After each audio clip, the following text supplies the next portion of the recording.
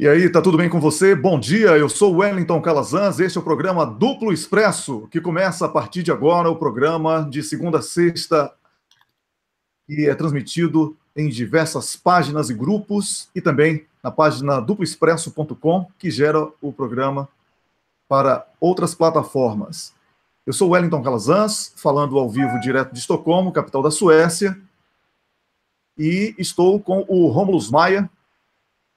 Trocar aqui a minha imagem para o pessoal do Facebook me ver. Estou com o Rômulus Maia, bom dia pessoal do Facebook. Tá? Rômulus Maia que está lá na Suíça. Olá, Rômulus. Bom dia, Wellington. Bom dia para você que está nos ouvindo nessa segunda-feira, 29 de janeiro.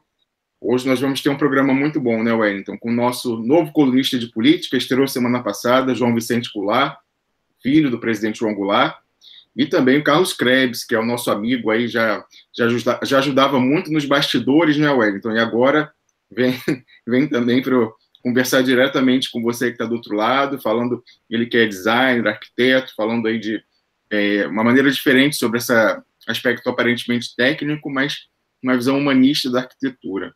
Né, Wellington?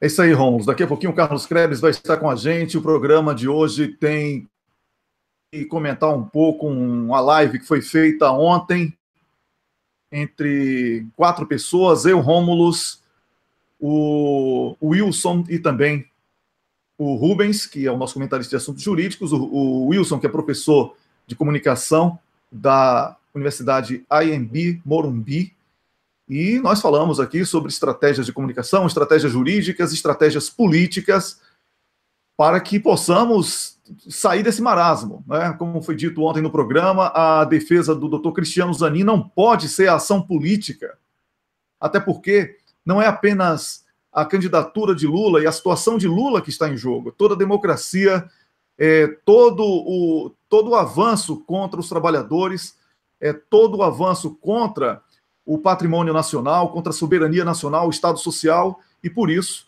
nós fizemos aquele debate ontem para poder ampliar, para despertar nas pessoas e nos políticos, né, que continuam aí dando entrevistas ao PIG e apostando em embargos infringentes, embargos de declaração e outros embargos. Isso é papo para político. O político tem que agir politicamente. E os juristas têm que agir de forma coerente com a justiça.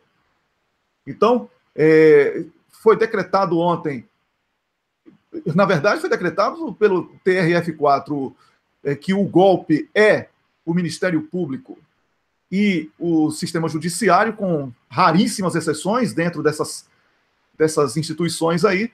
Então, não tem aqui que ficar apostando que a justiça vai ter peninha, vai ter ética para isso e aquilo. Quem dá golpe não tem ética. Quem dá golpe rompeu a ética. Então, a partir de agora, é tratar o golpe como golpe para não ficar sendo surpreendido e enganando o povo, criando falsas expectativas e broxando a militância, como está acontecendo, porque senão vai surgir uma liderança. Olha, o que está acontecendo no Brasil, Rômulus, eu quero que você que morou na Espanha, eu andei muito na Espanha, fiz diversas viagens para lá, mas você morou, então a situação é diferente. Ninguém conhecia lá na Espanha. Né? Podemos surgiu do nada, porque foi uma demanda social, uma demanda popular que fez nascer aquele tipo de liderança. O pessoal ficou brincando de fazer resistência, o povo cansou, viu que aquilo ali era enrolação, embromation, e aí partiu para uma situação mais realmente digna de ser chamada de resistência de esquerda, progressista. No nosso caso do Brasil, é nacionalista. Está em jogo é o nacionalismo contra o entreguismo. Então, Rômulus, se o PT e os partidos que hoje estão aí golpeados ficarem brincando de fazer oposição a esse golpe e ficarem só falando o que o doutor Zanin fala, porque tem chance na justiça eleitoral, porque o embargo disso pode dar chance àquilo, porque isso e porque aquilo. Olha, isso é papo de juiz, advogado. Então, pode surgir a qualquer momento aí, pela demanda popular, que os próprios partidos, PT, PSOL, PCdoB, todos os outros partidos, PDT, né, que estão contra, ou pelo menos teoricamente, eles estão deixando esse vácuo. E nesse vácuo pode surgir uma liderança, sim. E aí vamos ver qual vai ser. Porque se Lula não se assumir como líder que é, se Lula não se assumir como líder que é e ficar mandando o doutor Zanin entregar passaporte, ao invés de transformar tudo em ato político, tudo em resistência política, tudo em protesto contra o estado de exceção e explicar ao povo exceção, o que é perseguição, o que é ditadura, aí, meu irmão, aí a vaca vai para o brejo, com certeza. Rômulus. Wellington, primeiro, para começar leve, eu quero mandar um beijo especial para nossa amiga Tássia Camargo, que hoje é aniversário dela. Beijo para você, Tássia, muitos anos de vida, e estamos com saudade de você. Muitas pessoas perguntando, cadê a Tássia? A Tássia está ocupadíssima lá em Portugal, vários projetos, mas assim que ela tiver uma folga, ela vai voltar para falar com a gente aqui.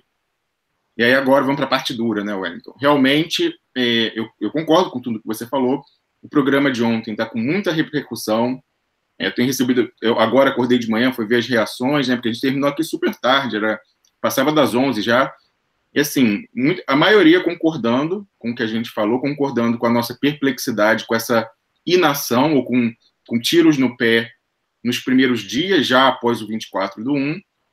E aí, mas eu gosto de ouvir a divergência também. Então, eu prestei mais atenção nas pessoas que divergiram de mim.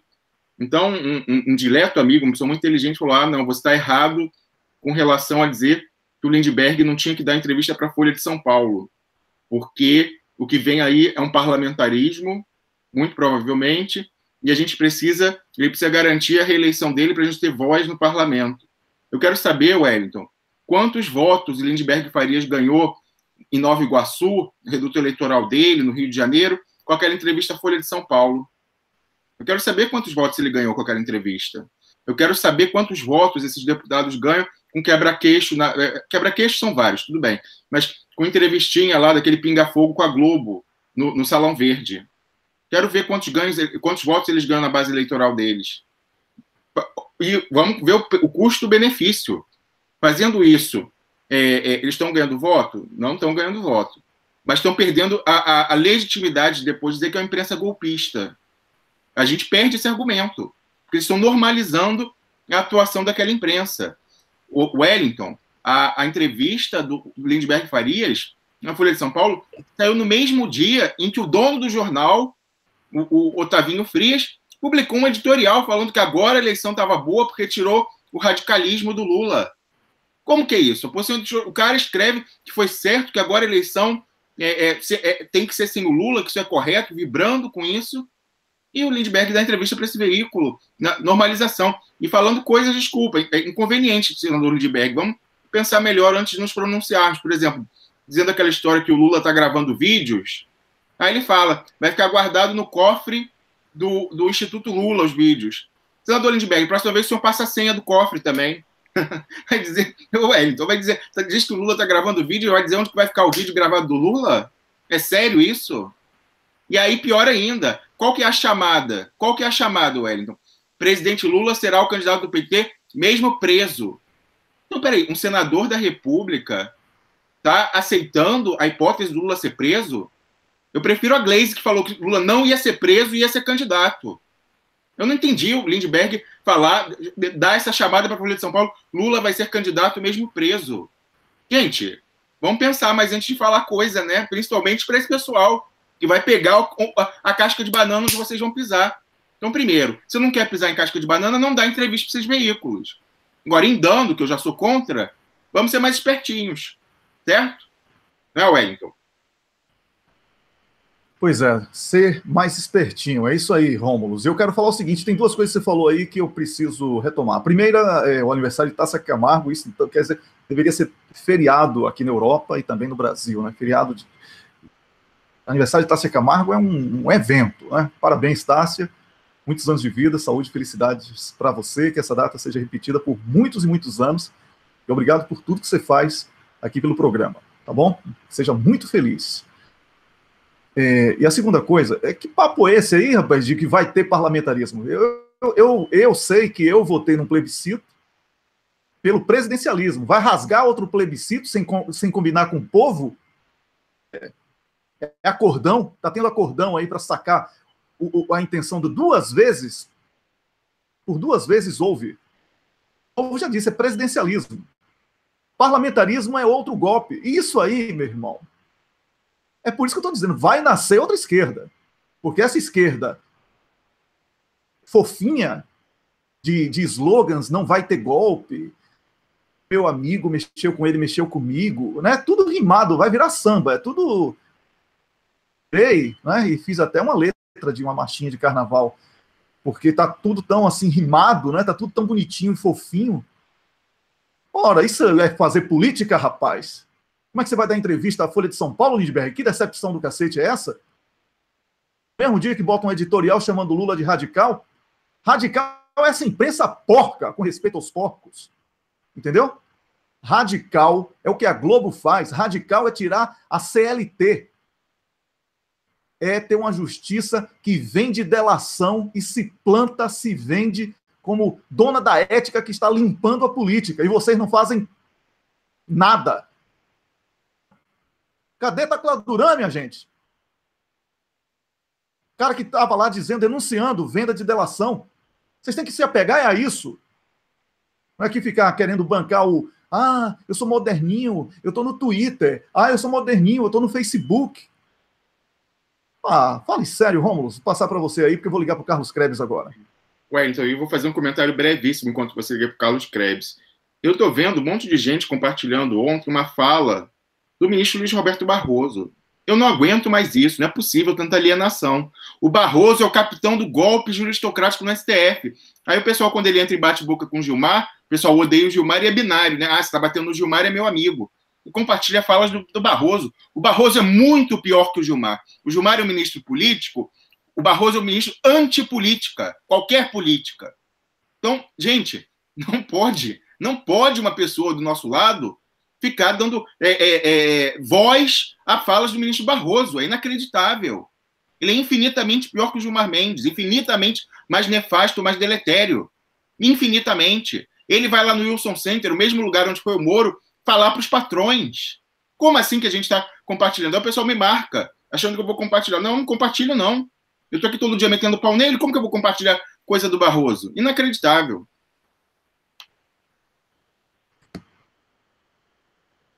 Já temos o contato, Wellington?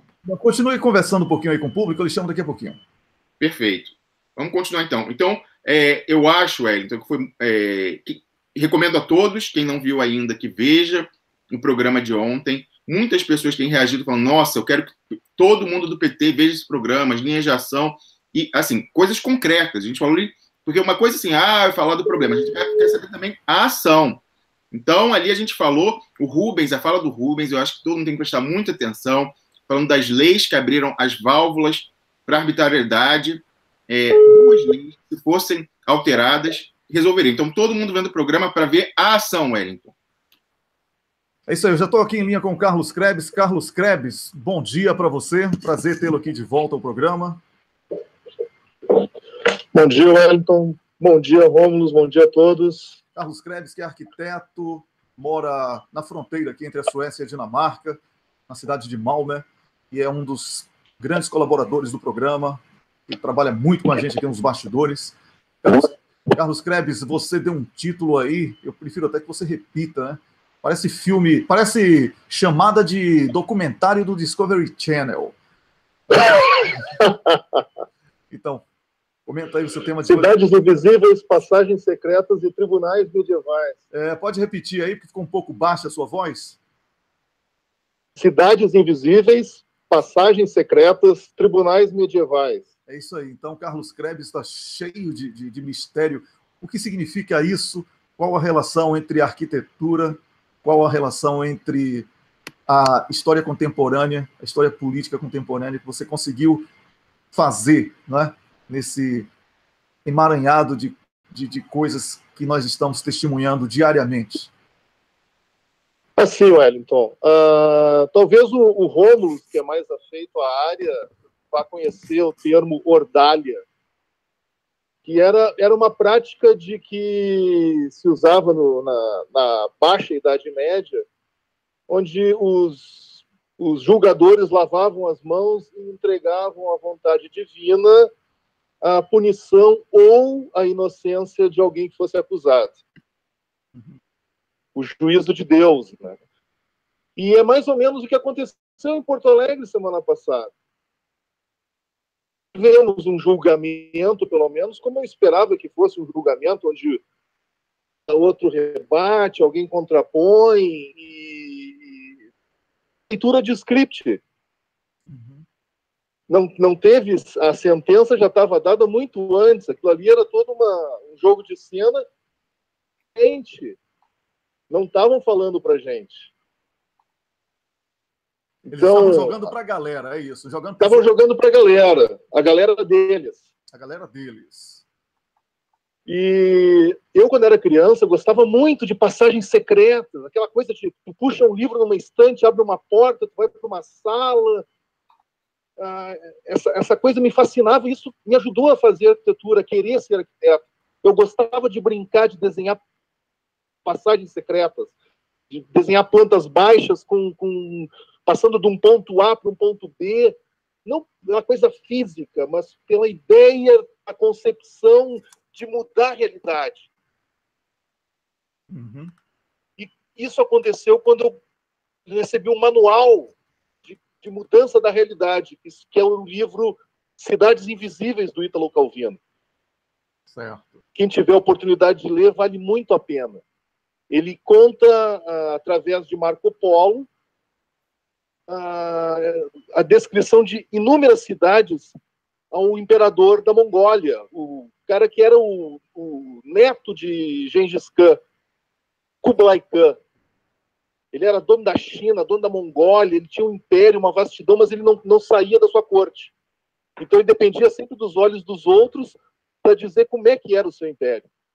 E Marco Polo fez essa descrição, segundo o Ítalo Calvino, passando por 55 cidades e observando elas de uma maneira completamente diferente. Ele não via como a gente vê esse conjunto de prédio, rua, etnia, comércio, cruzamentos. Não, ele via com os olhos do desejo, a cidade do desejo, do encontro, a cidade do nome, a cidade dos olhos.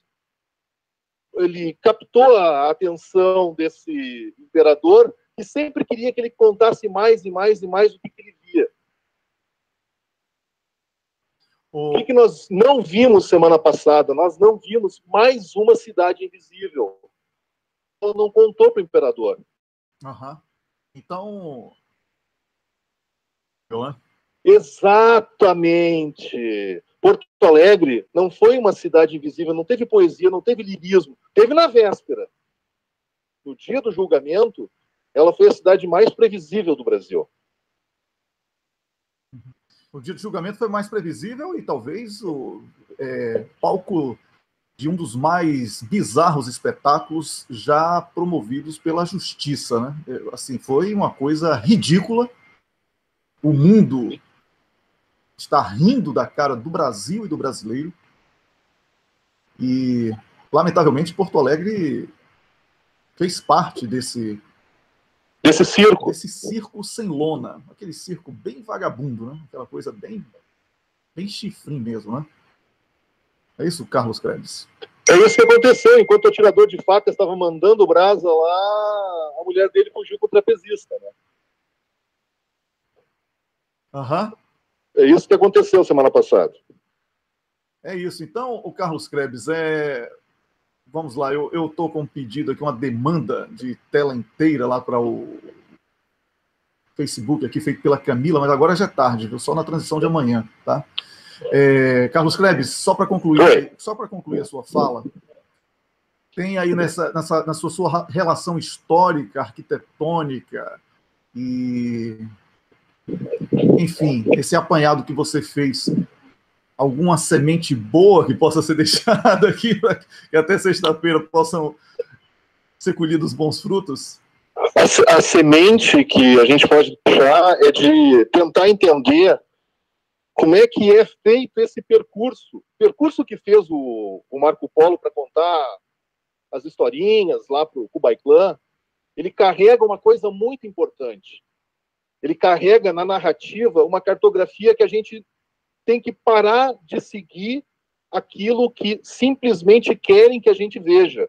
A gente tem que procurar ver na abstração aquele afeto, aquele amor que a gente tem que perceber pela trilha, pelo percurso, para poder chegar adiante, para poder ver o amanhã e ter horizonte. A gente não pode se abater pelo discurso previsível e esperado que a gente recebeu. A gente tem que criar e mudar o nosso discurso. Olha, obrigado pela sua mensagem.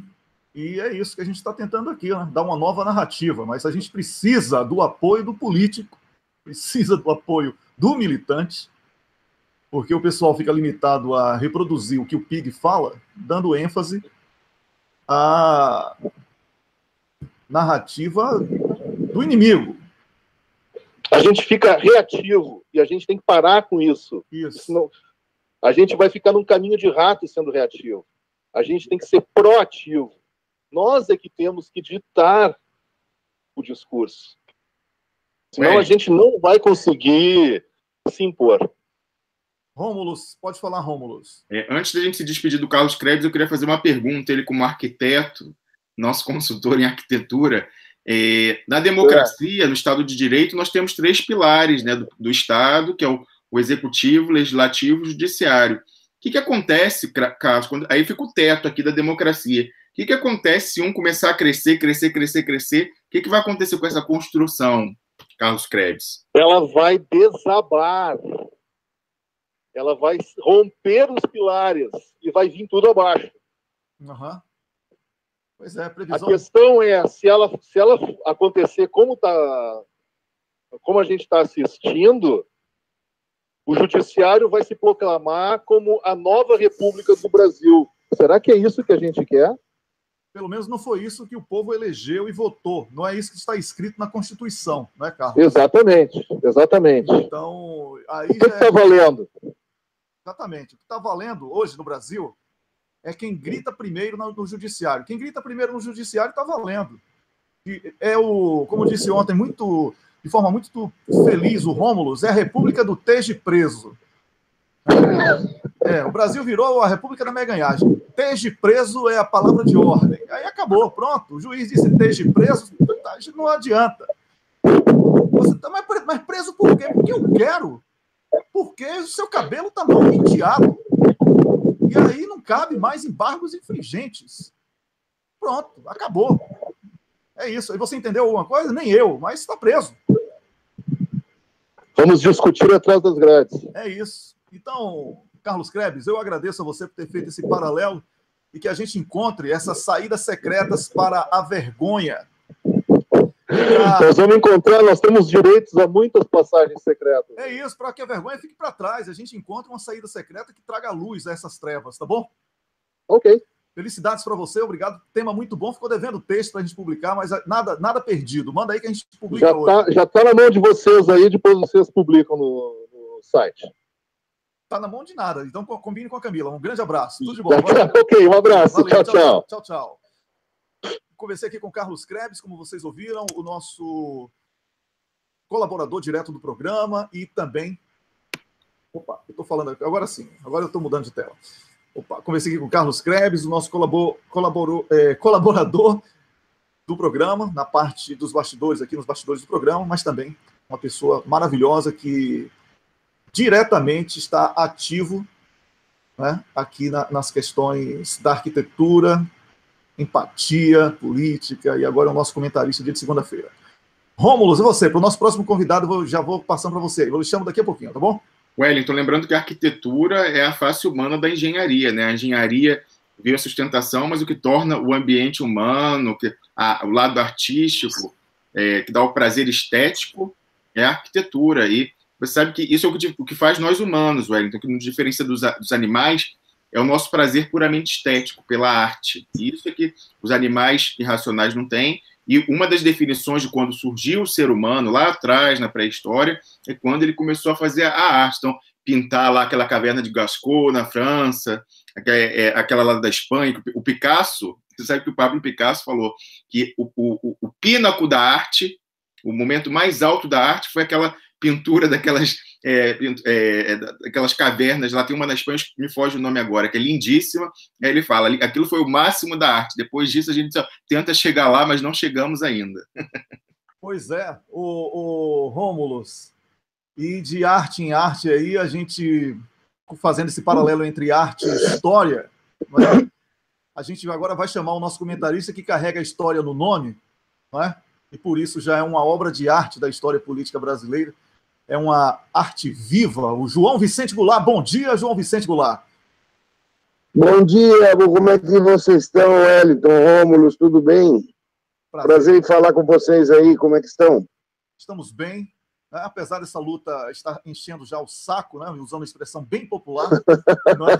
Porque a luta é boa quando você vê que tem uma diretriz. A gente estava aqui reclamando desde o início do programa e foi muito bom você... calhou mesmo cair numa segunda-feira esse tipo de discussão, porque, João Vicente Goulart, o trabalhador, ele tem sido o grande massacrado nessa história toda aí.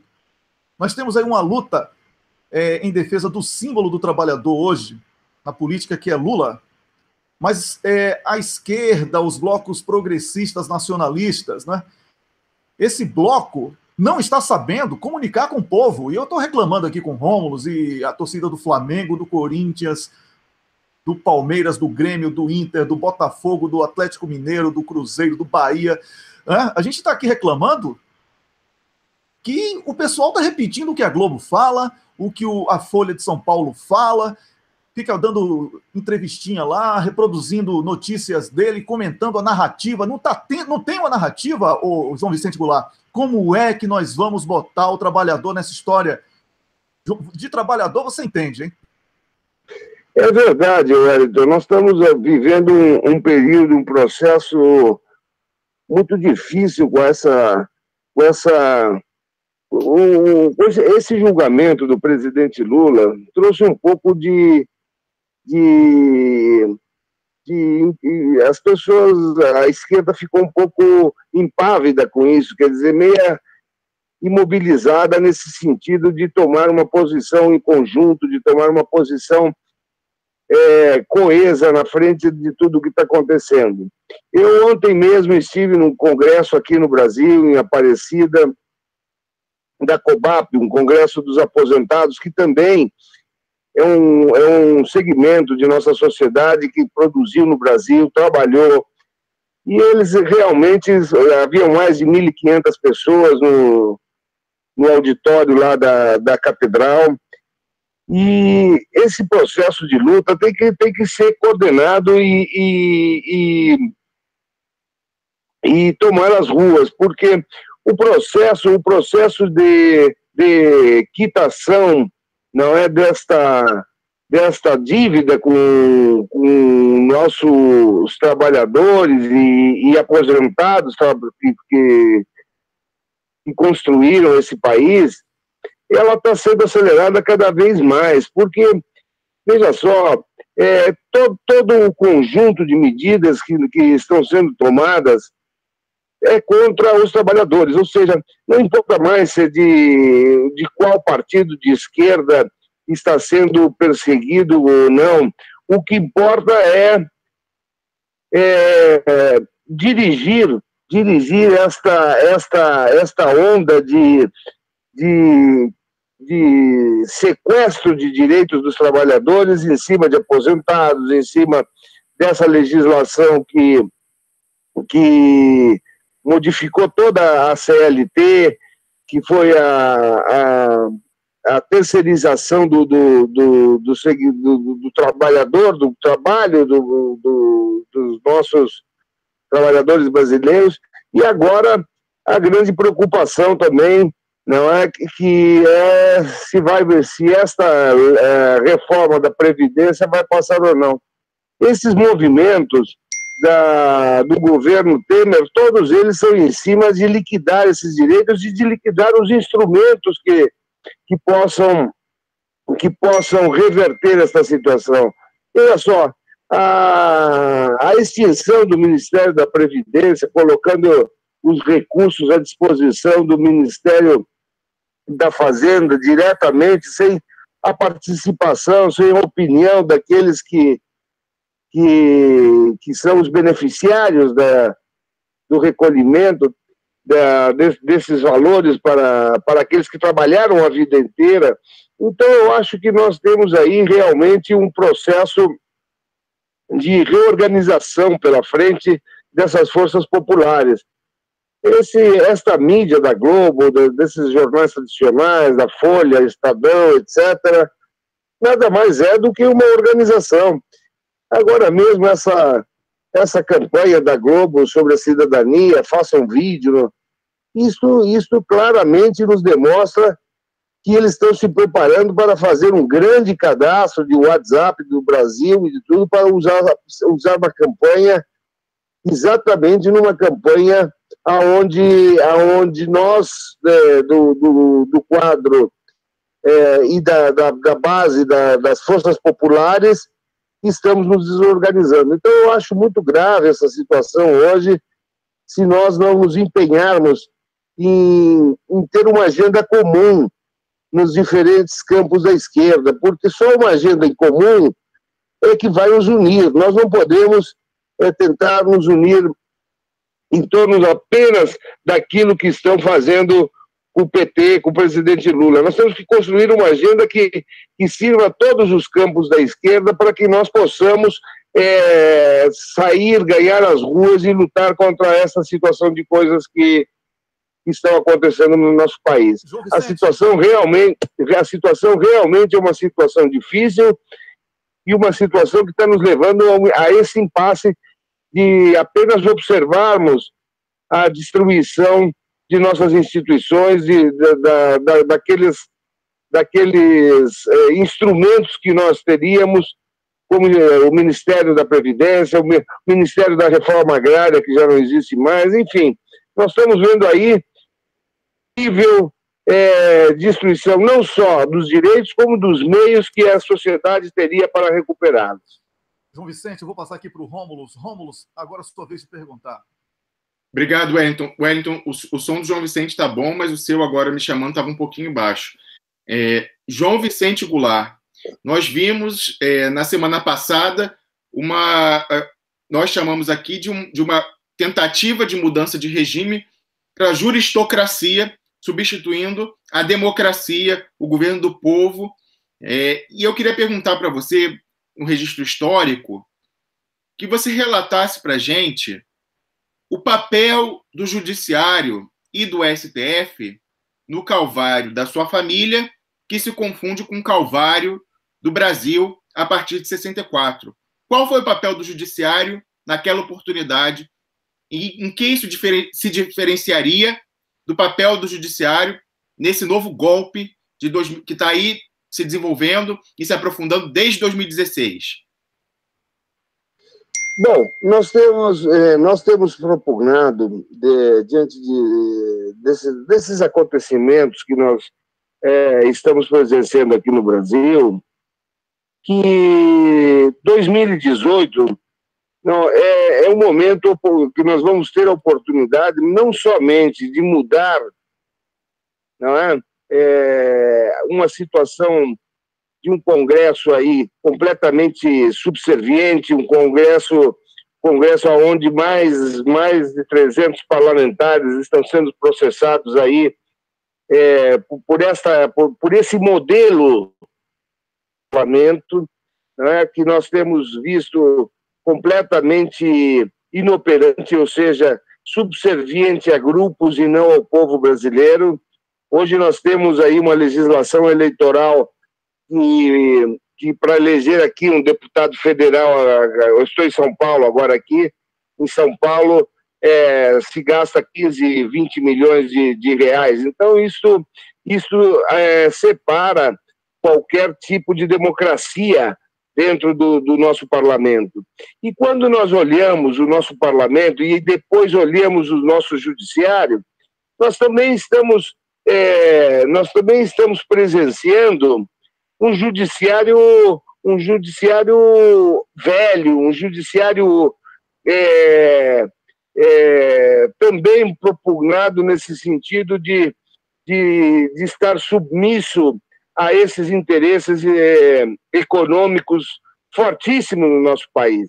Então, nós temos que propugnar uma democracia, nesse momento, uma democracia mais participativa e não representativa como nós vemos tendo aí. Nós temos que olhar não só a modificação do sistema eleitoral para o acesso ao parlamento, como também regular o acesso mais democrático ao sistema judiciário que nós temos. Nós tivemos aí juízes, não é, que chegam à mais alta corte da nossa nação com 40 anos e agora, há 2 anos atrás, foi passada uma lei que ficam até os 75, criando verdadeiros guetos institucionais e jurídicos dentro dos seus gabinetes durante aí 25 anos. E nós sabemos que o judiciário, especificamente, por exemplo, no Supremo Tribunal Federal, são onde estão alocadas as grandes causas, as grandes ações, não é, de tipo institucional que colocam em jogo, inclusive, ações contra a Petrobras, ações contra grandes empresas, ações contra o governo federal, e essas ações ficam durante anos na mão de verdadeiras capitanias hereditariamente jurídicas que estão ali alocadas sem um mandato específico para serem julgadas. Então, eu acho o seguinte, comparando, não é, o nosso judiciário de 64, que também teve um papel de apoio à ditadura em certos momentos após o golpe, mas vamos lembrar o seguinte, que ali nós tínhamos, por exemplo, Evandro Lins e Silva, Nunes Leal, pessoas que tiveram que ser caçadas dentro do judiciário para que o resto daquele Supremo Tribunal Federal pudesse vir a operar junto com a ditadura. Hoje nós temos aí verdadeiros, como eu estava falando, verdadeiros guetos dentro desse Supremo Tribunal Federal, aonde nós vemos decisões aí completamente antagônicas. Eu espero que, diante da situação grave que o nosso país, que o STF tenha uma posição de equilíbrio diante de fatos que a nação está passando e que esse judiciário que nós nos encontramos hoje aqui no nosso país, que é principalmente o Supremo Tribunal Federal, entenda que o que está em jogo é a estabilidade institucional de nosso país. Então, eu acredito que o Supremo Tribunal Federal vai ter, nesse momento aí, uma posição de equilíbrio dentro disso. Isso é o que a gente espera, mas diante dessas decisões que nós estamos vendo no Brasil, e eu tenho defendido isso desde esse golpe midiático jurídico que aconteceu em 2016, que os atores são os mesmos, quer dizer, os atores de 64, a Fiesp, a grande mídia, não é, que elaborou na época mais de 200 filmetes contra o presidente João Goulart através do IPES. Então são os mesmos. O que mudou foi a manutenção desse status quo, não é, do pós-golpe.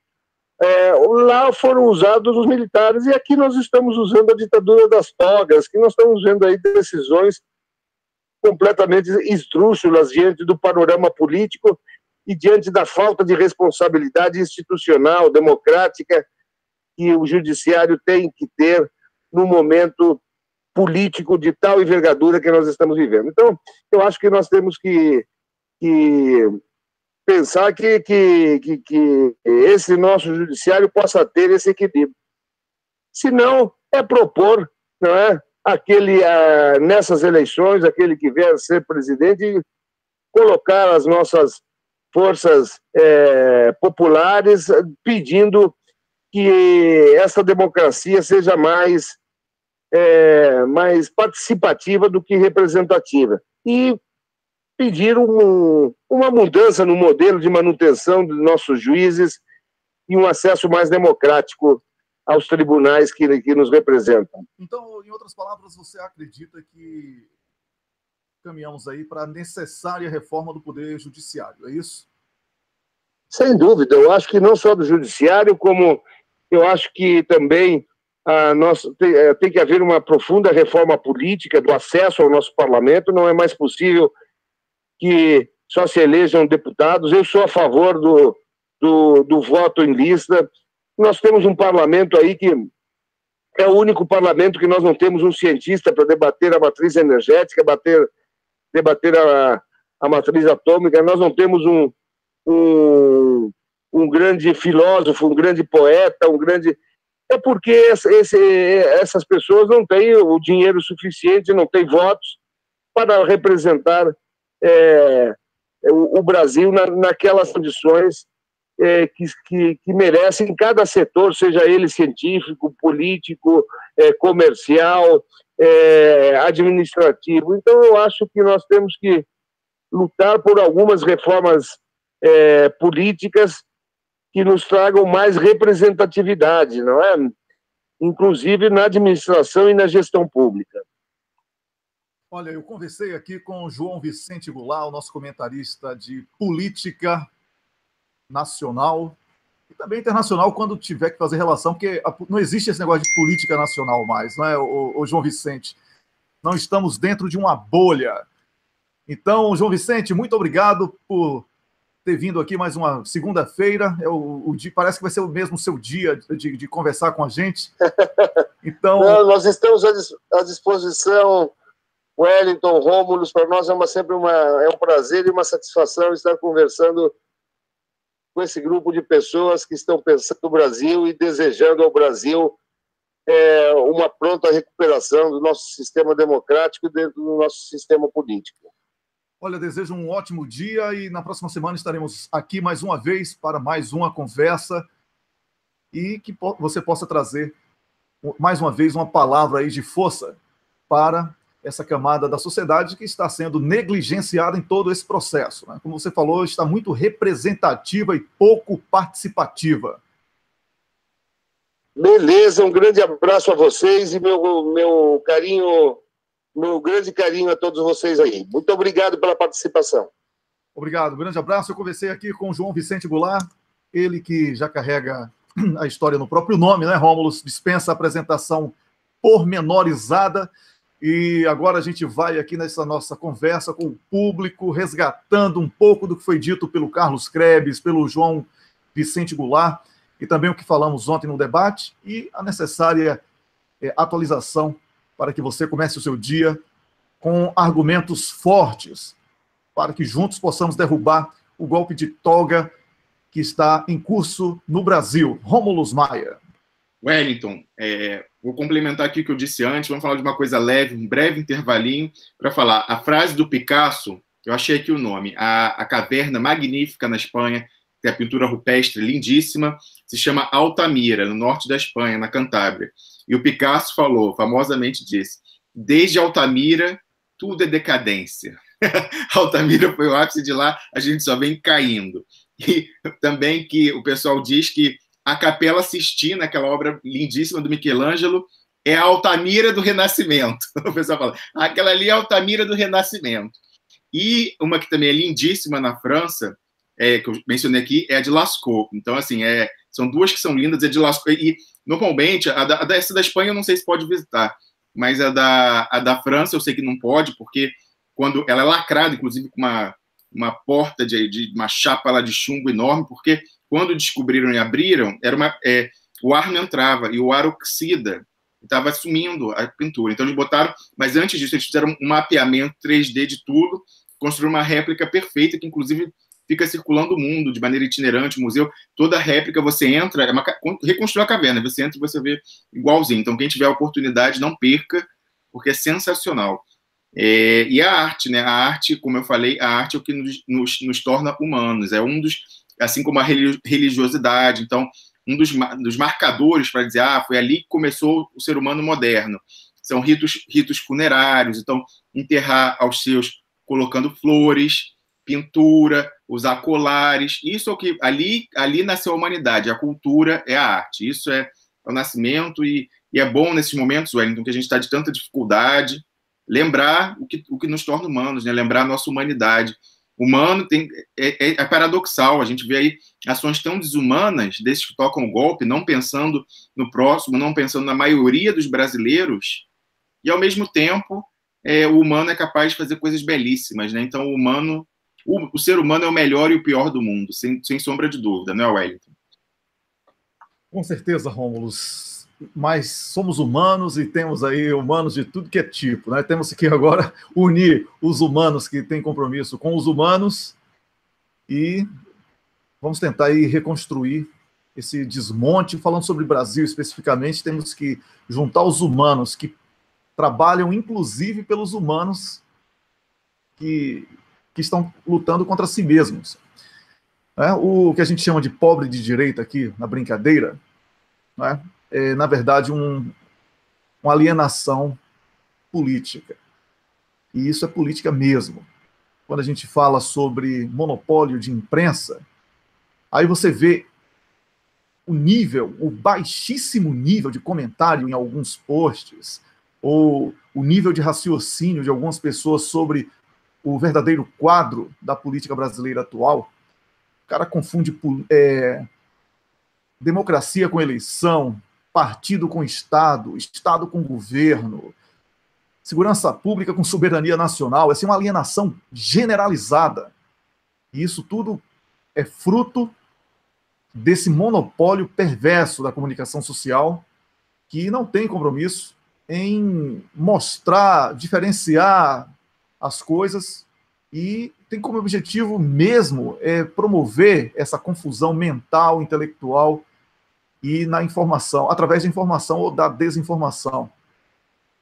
Então, Rômulo, é por isso que nós temos essa árdua, e para mim é prazerosa, missão de conversar com personagens da história, trazendo aqui analistas, comentaristas, políticos, intelectuais diversos, tentando trazer uma luz, né, diante dessas trevas impostas aí pelo golpe de toga, com o suporte, claro, midiático e de outros braços internos e externos que trabalham para o mercado financeiro internacional, sobretudo, e que tem feito a vida do brasileiro cair muito em qualidade, tem feito o futuro do brasileiro estar seriamente ameaçado, a soberania nacional. Chega a ser vergonhoso falar hoje de soberania nacional, quando nós vemos militares. Eu ouço às vezes uns áudios, não sei se é fake também, né?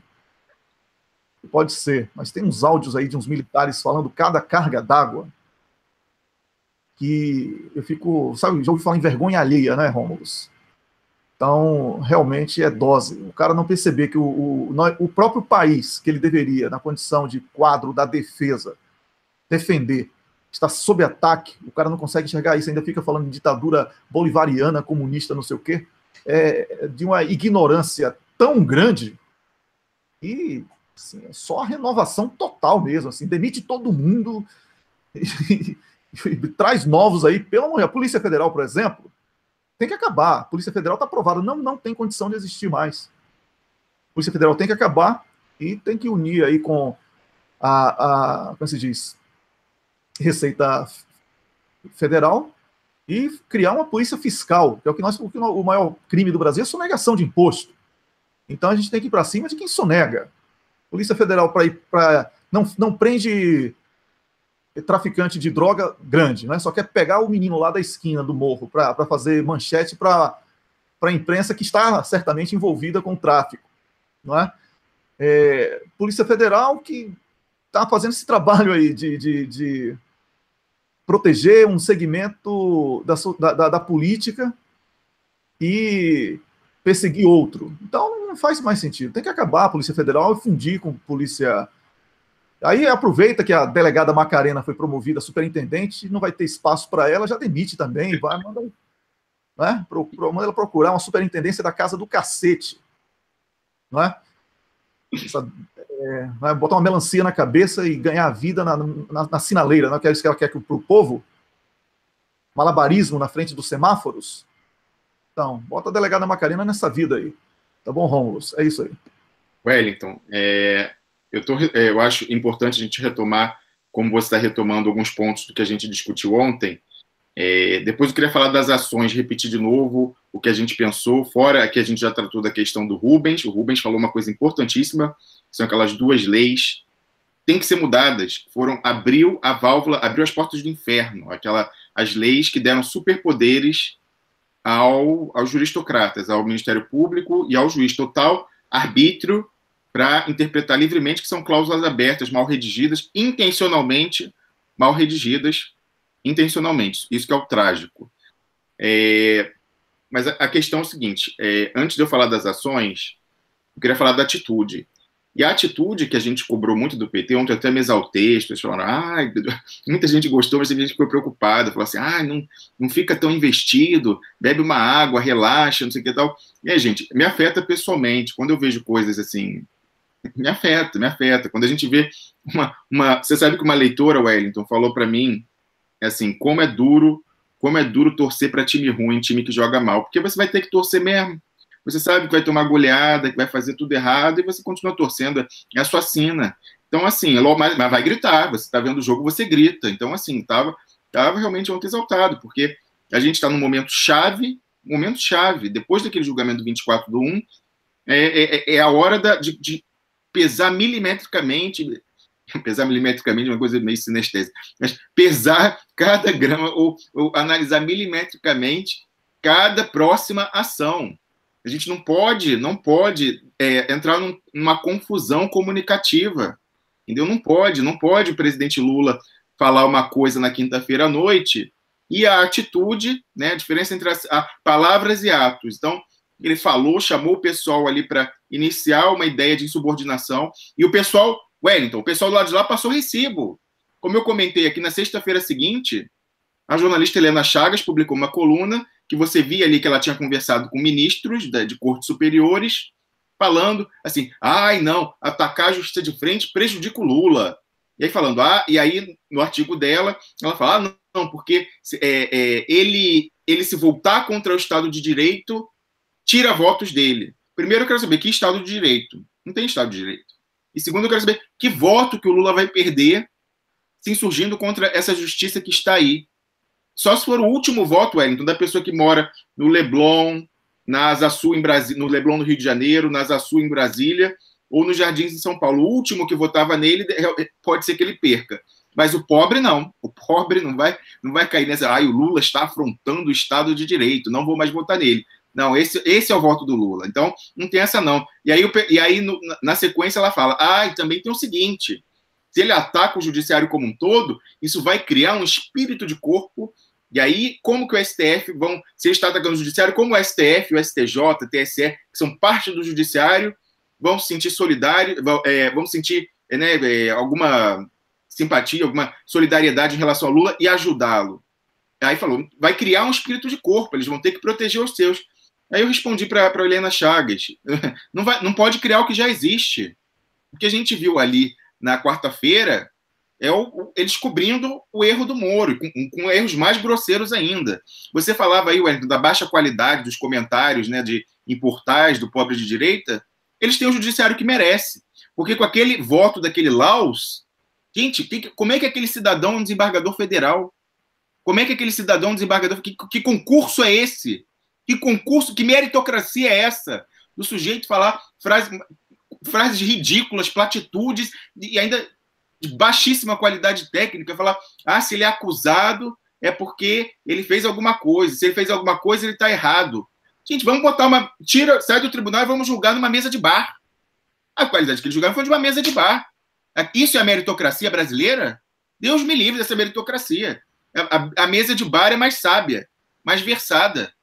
É uma brincadeira aquilo. Então eu dizia, Wellington, que a gente tem que responder de acordo. Eles foram para tudo ou nada, mas blefando.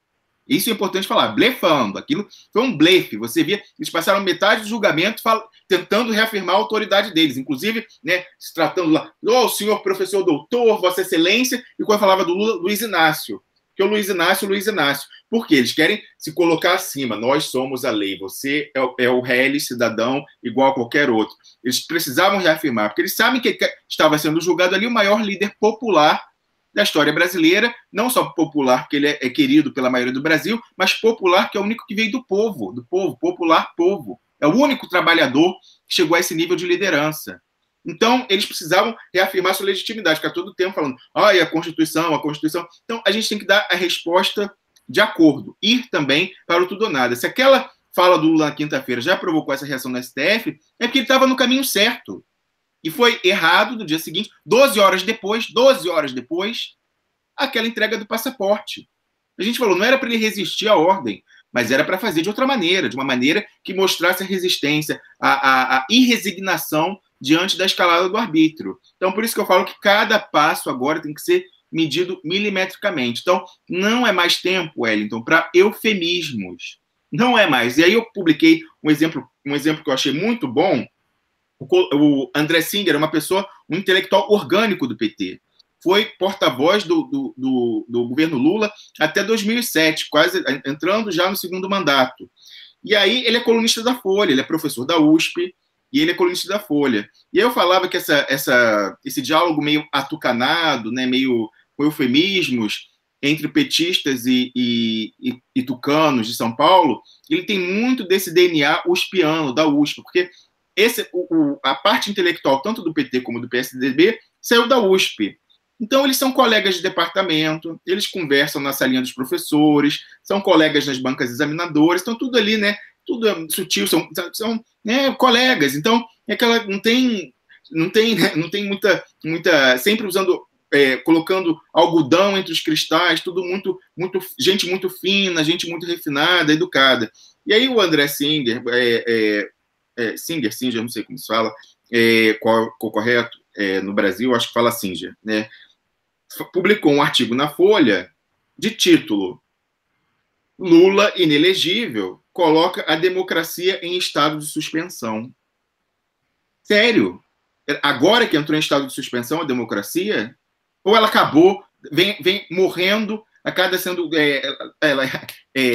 decepada, cada membro dela, numa escalada, no que a gente chama, em inglês, chama de creeping coup d'etat. É um golpe de Estado gradual, que ele vai subindo. Não foi um golpe uma vez com um tanque na rua, mas ele vai aumentando cada vez mais, lento, gradual, mas certo. Vai aumentando. Então não foi isso que... Primeiro que a democracia não está em estado de suspensão. Ela acabou. Lula, inelegível, acabou. Não é estado de suspensão, acabou. E segundo que não é agora que isso começou.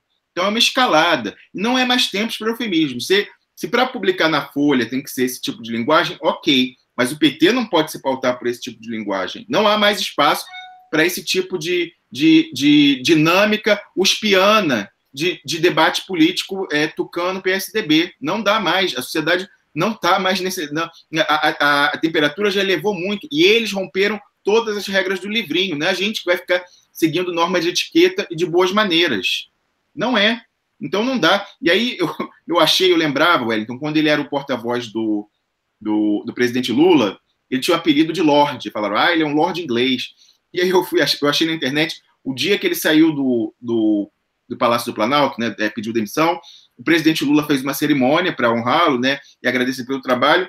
E aí, olha o que o presidente Lula falou do André Singer agradecendo o seu trabalho. Ele fez aquela brincadeira, mas que é a brincadeira que tem fundos de verdade. Veja só, o André, se não tivesse nascido, precisaria nascer uma pessoa com esse jeito de Lorde inglês, muito refinado e muito requintado para os padrões.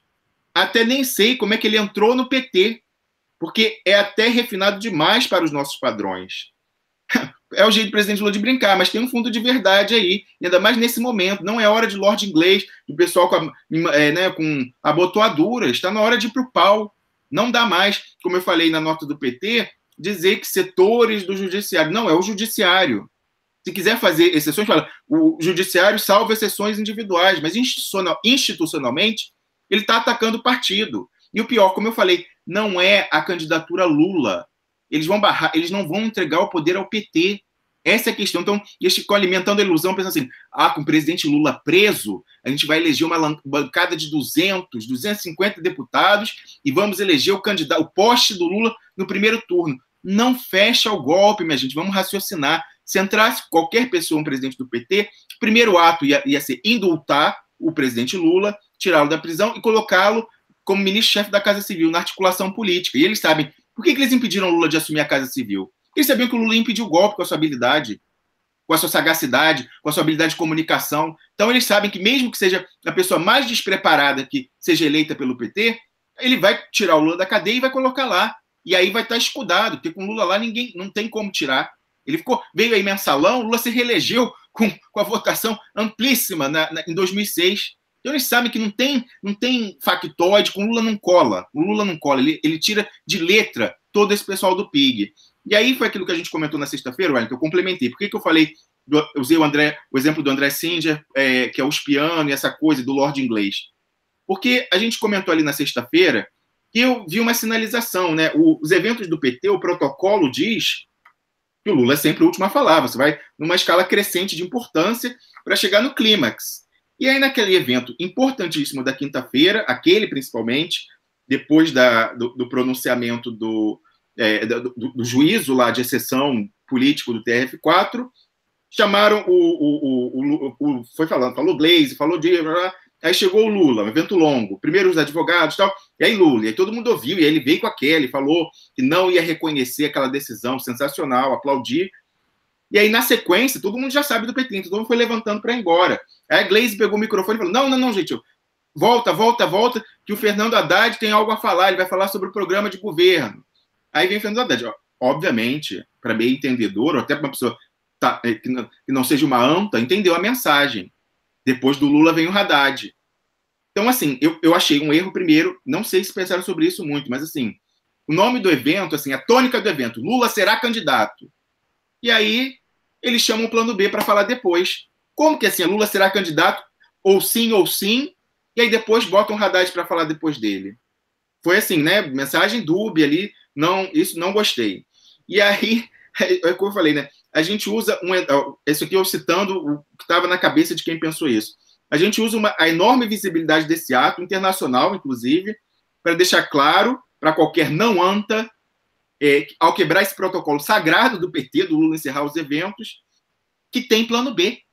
E melhor ainda, já diz quem é o plano B, o Haddad. E aí eu falava dessa questão de uspiano, que o Haddad é igualzinho, ele é uspiano, ele estudou lá, departamento de filosofia, direito, ele tem aquele jeitão de bem criado, bem nascido. Eu acho ótimo, até eu também sou uma pessoa bem nascida, bem criada, bem educada. Mas para essa quadra do Brasil não é o que a gente precisa e não é o que a gente pode se dar o luxo de ter. A gente precisa, Wellington, de uma pessoa, como eu falei aqui, um as da comunicação com o povão, um as da comunicação com o popular, um as da articulação política, porque senão... e uma pessoa carismática. Esses três predicados são indispensáveis, porque, como eu falei na sexta-feira, uma pessoa de direita que não tem esses predicados, ele fica lá, porque ele está fazendo o serviço. Então, o Fernando Henrique é uma pessoa carismática? Fernando Henrique tem habilidade para se comunicar com o povão? Fernando Henrique é um baita articulador político? Não. Ficou lá não incomodado. O segundo mandato dele foi um não mandato. Ele assumiu, desvalorizou o real e ficou lá só cumprindo tabela até chegar a 2002. Mas ficou lá porque fazia o serviço do capital. Agora, alguém do nosso campo que não tem esses predicados vai cair com a desestabilização. Getúlio Vargas, que era uma raposa política da articulação, se matou em 54. João Goulart caiu.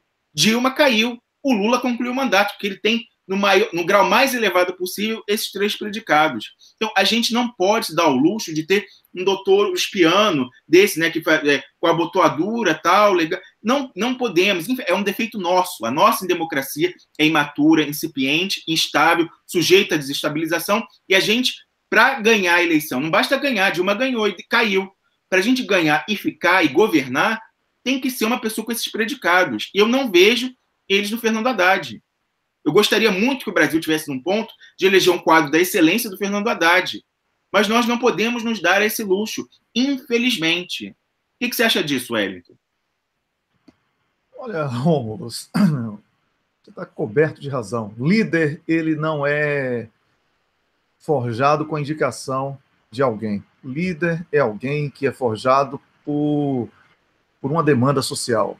Lula é o resultado desse Brasil que você falou.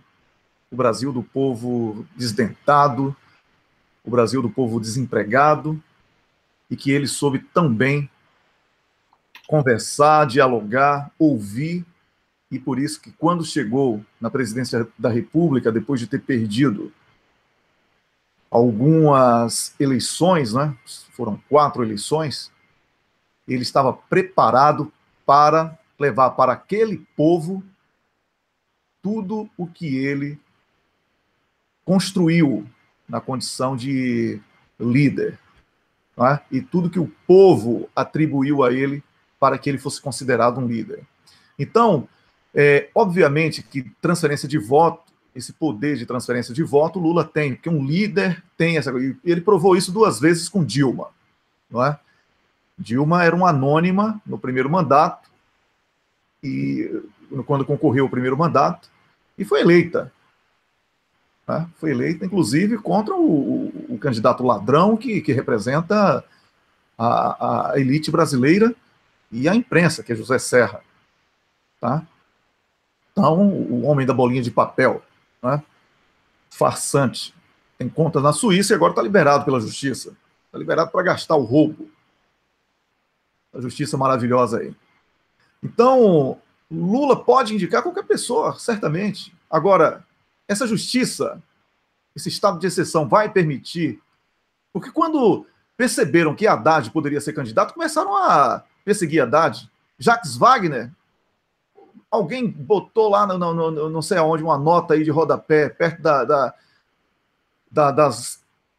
como se diz? Da página de achados e perdidos, que ele poderia ser candidato, e o cara começou a receber bombardeio. Então, não é assim, Lula vai indicar e está tudo bem, porque o golpe não foi só para tirar Lula, o golpe foi para destruir a Petrobras, o golpe foi para destruir o Estado Social, para transformar o Brasil num quintal.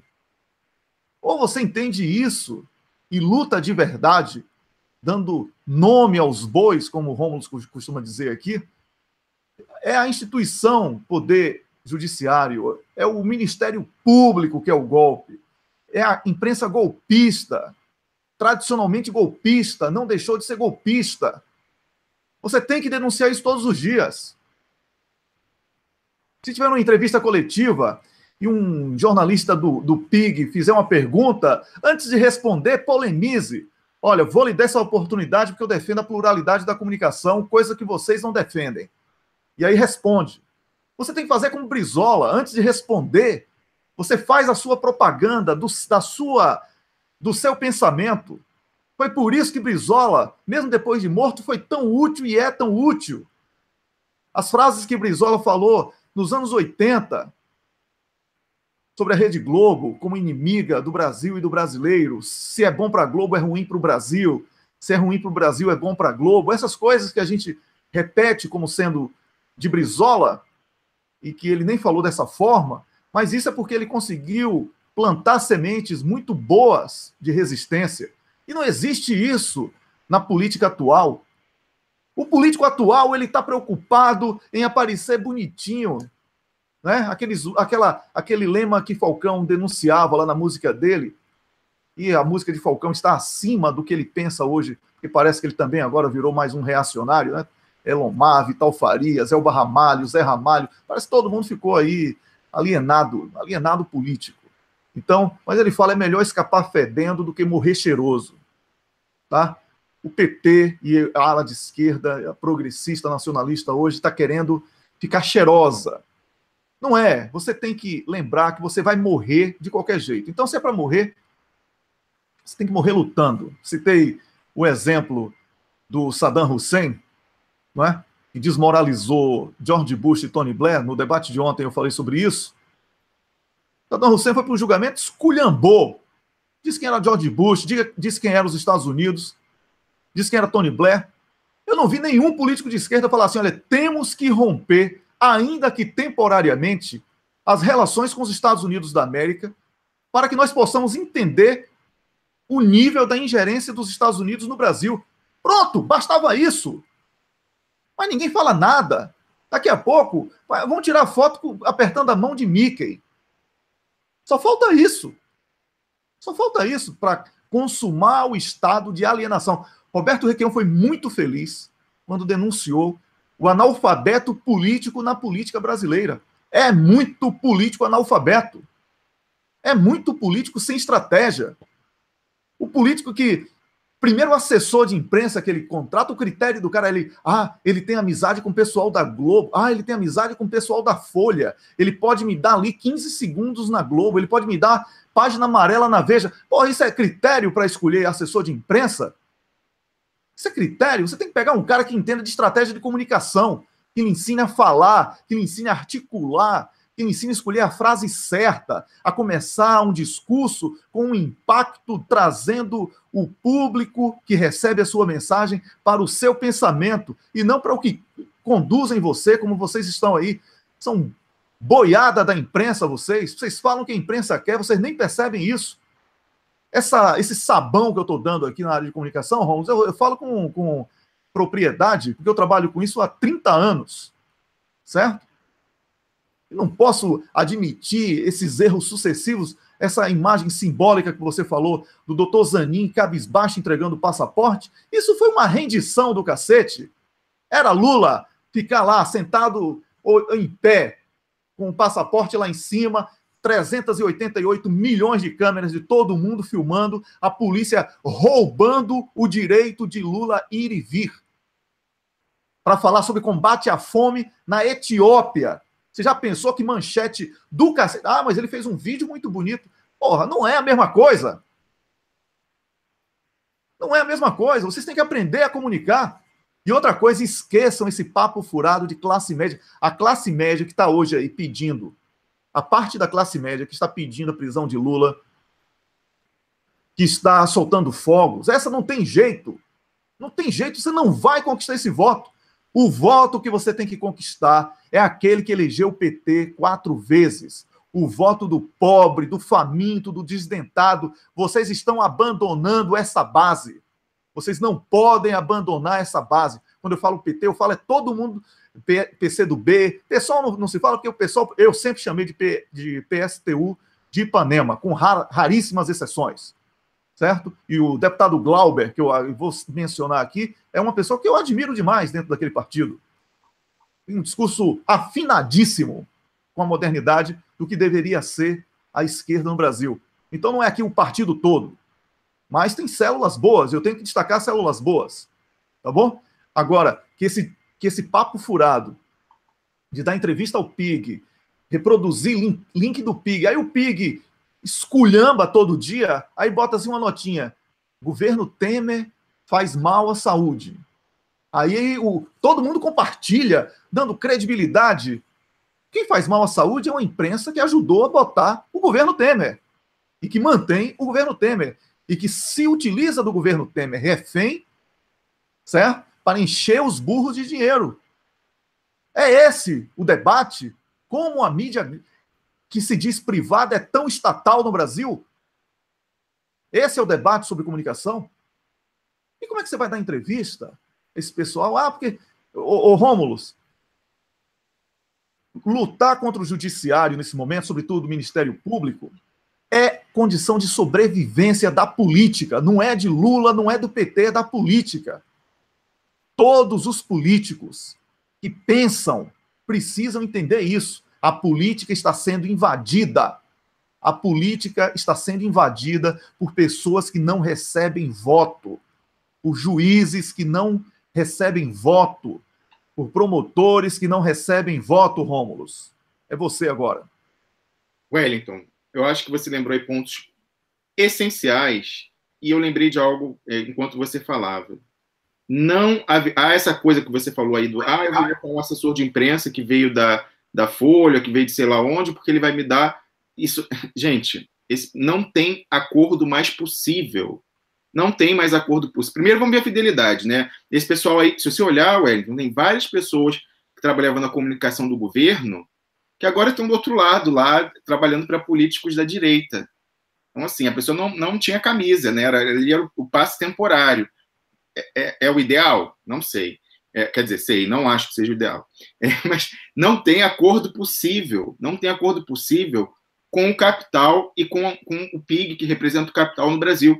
Eles não vão deixar dar meia volta, um cavalo de pau no golpe. Essa é a questão. Não é tirando Lula, vai eleger outra pessoa. Eles não querem impedir, eles querem impedir a reversão da escalada do golpe. Então, por que eles estão atacando o Lula? Tem ódio de classe? Sim, porque eles sabem que ele é o maior articulador do nosso lado, então querem cortar a nossa cabeça.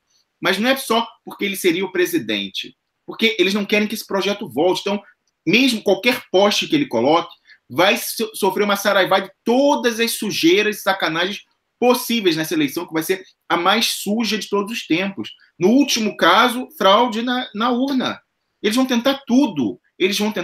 Abre o olho. Não é pensando que o Lula preso vai ser o Mandela e vai eleger um monte de gente. Eles vão fraudar, vão fazer tudo possível, vão perseguir. Como você falou, aparece o nome de uma pessoa, pum, operação coercitiva.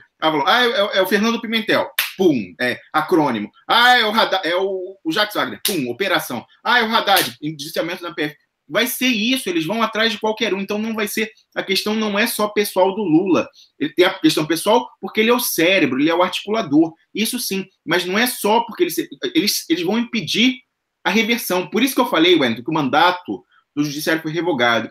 Eles se voltaram não contra o Lula, eles se voltaram contra a cidadania brasileira. Eles querem impedir a cidadania de votar, rejeitar o projeto que está aí. Eles vão fazer tudo para garantir que na eleição seja inviável a vitória de alguém que vai reverter o que está aí. Então, por exemplo, a gente viu, Wellington, o PT ainda nutre as ilusões de que pode voltar no tempo, ao tempo da conciliação do presidente Lula. Eles não querem mais conciliação, não é a gente. São eles que não querem a conciliação. Então a gente viu, assim, eu acredito que numa atitude assim, de último esforço, quase desesperado, na semana anterior ao julgamento, a presidente do PT, Gleisi, deu aquela entrevista à rede Bloomberg americana, né, que cobre mercado financeiro, ou seja, ela foi falar ao mercado. E aí falou, não há motivos para o mercado ficar nervoso, o presidente Lula vai escrever uma nova carta aos brasileiros. Então ela deu uma sinalização, gente, não fica querendo a nossa cabeça, a gente não vai fazer uma revolução aqui não, vai ser igual ao governo Lula 1. O que adiantou? Veio 3-0, eles não querem acordo, aceita, eles não querem acordo, não tem chance. Então, Wellington, falar nessa questão de acordo, de substituição de todas as de outras candidaturas, também surgiu aí na imprensa, até a Helena Chagas também escreveu isso, e estaria tendo uma articulação do PT com todos os outros pré-candidatos da esquerda para eles apoiarem nesse momento o Lula, o direito dele de ser candidato, e com um compromisso de, em não tendo a candidatura, o PT apoiar qualquer um desses outros nomes, quem estiver mais bem colocado, fechar uma frente única. Então, eles especularam, né, pelo PSB, o Aldo Rebelo, que é alguém que fala pouco, que era do PCdoB, mas foi para o PSB, o Ciro Gomes no PDT, Manuela Dávila no PCdoB e o Boulos no PSOL. Então, falando isso. Só que, e aí, a Helena Chagas registra nesse artigo que um dos preferidos do PT seria, nesse momento, o Ciro Gomes. E aí eu fico assim, eu não sei onde essas pessoas do PT que tem essa coisa se informam. Vocês viram a atitude do Ciro Gomes até o julgamento? Ele falava... Não, e agora, depois do julgamento também, dizendo que o Lula não pode questionar as instituições. Ele tem que... Tocando a flauta mágica, como eu falo. Não, o Lula tem... Fiquei triste vendo a condenação. O Lula tem todo o direito de recorrer. Espero que ele seja bem-sucedido no recurso. Mas não pode questionar as instituições. Que instituições, Ciro Gomes? Não tem mais instituições. Não tem esse papo. Então, assim... E eu antecipei aqui, Wellington. Eu falei, eu tenho uma fonte na Executiva Nacional do PDT. Eu sei qual foi o acordo que o Ciro Gomes fez com Carlos Lupe quando ele foi para o partido. O Carlos Lupe falou para ele, Ciro, se o Lula não for candidato, você tem a legenda. Se o Lula for candidato, nós vamos apoiá-lo e você não terá a legenda aqui. Então, ele queria que o Lula fosse inabilitado, senão ele não tem a legenda do PDT. E as pessoas, por isso que ele ficou nessa coisa dúbia o tempo inteiro e pegou mal aquela coisa de não assinar um manifesto, aí assinou depois uma nota, João Sem Braço, dizendo por que ele não assinou, mas não tinha sentido. Ele falou que a questão era partidária, que ele não podia se pronunciar, porque o partido pronunciou sim, o PDT se pronunciou sim pelo direito do Lula se candidatar. Então, ele soltou fogos junto com esses pobres de direita, ele soltou fogos no 3-0. E aí fica esse pessoal do PT falando... Primeiro era isso, né, Wellington? A gente já sabia que o preferido do PT para ser vice do Lula era o Ciro Gomes. Com isso tudo, não defendendo o Lula. E agora fica uma ala do PT dizendo que o ideal é Ciro Gomes para ser o plano B. Olha, eu não sei, sinceramente, onde essas pessoas se informam, Wellington. Olha, eu vou tomar um pouco de cuidado com isso, porque eu não sei se procede essa coisa de dentro do PT aí, eu não tenho, assim, eu converso também e tal, acho que isso aí é plantado para poder ver se pega. Não pega não, tá? Eu sei que existe aí uma frente ampla e que daí, caso Lula seja impedido, pode sair o outro nome. Isso eu sei, tá? Inclusive, essa frente ampla não é só de esquerda, é uma frente ampla nacionalista.